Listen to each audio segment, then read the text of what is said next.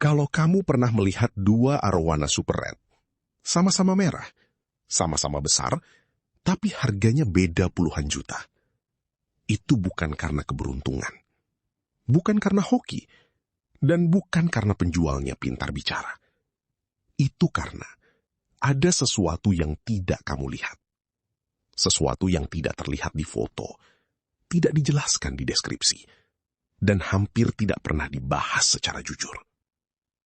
Hari ini, kita tidak akan bicara soal merah.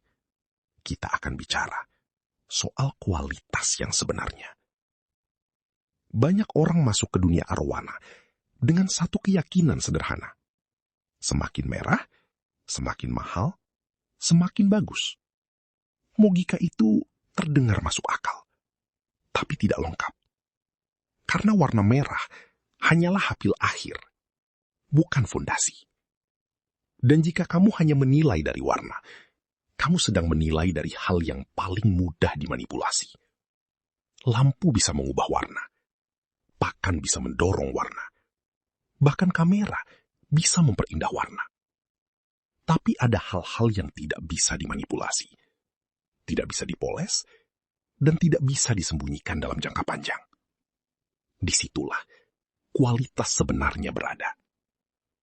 Kita mulai dari sesuatu yang sering dilihat, tapi jarang dipahami. Sisik.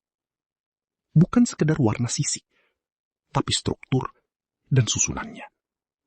Super red berkualitas tinggi memiliki susunan sisik yang rapi, konsisten, dan simetris. Setiap baris sejajar, tidak melenceng, tidak berantakan. Tapi yang lebih penting adalah frame. Frame adalah garis pinggir dari setiap sisi. Pada ikan berkualitas tinggi, frame ini tegas, jelas, dan membentuk pola yang hidup. Bukan buram, bukan tipis, dan bukan hilang di beberapa bagian. Kenapa ini penting? Karena frame adalah batas dari warna. Semakin tegas batasnya, semakin kuat karakter visualnya. Dan lebih dalam lagi, itu menunjukkan kestabilan genetik. Ikan dengan frame yang tidak konsisten biasanya tidak akan berkembang maksimal. Warnanya mungkin muncul, tapi tidak akan bertahan. Dan pada akhirnya, nilainya akan stagnan. Sekarang, kita masuk ke bagian yang sering menipu. Warna dasar.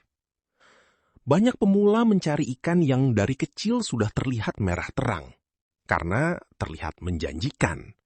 Padahal itu justru jebakan. Super red berkualitas tinggi seringkali tidak terlihat merah terang di awal.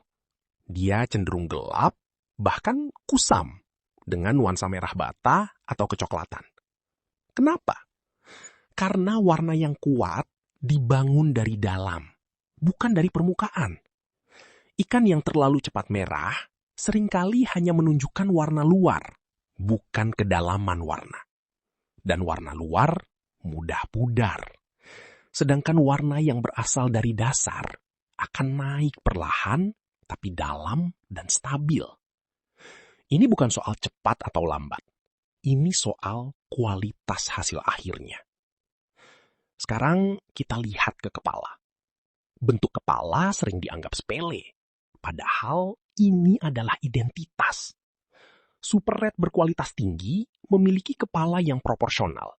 Tidak terlalu runcing, tidak terlalu bulat. Transisi dari kepala ke badan halus. Tidak patah, tidak aneh. Mulutnya rapat, tidak terbuka terus, dan tidak bengkok. Ini penting, karena bentuk kepala mencerminkan keseimbangan struktur tubuh.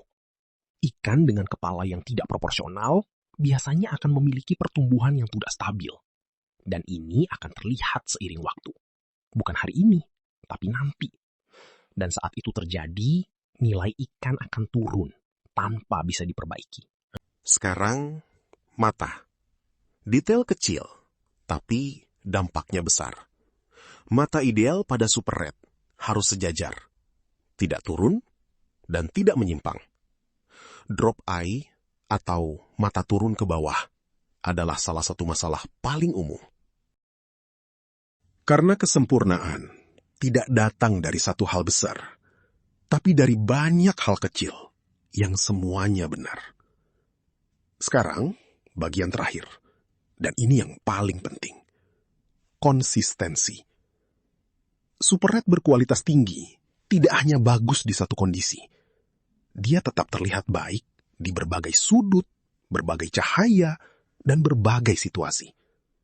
Warna tetap hidup, struktur tetap jelas, karakter tetap kuat.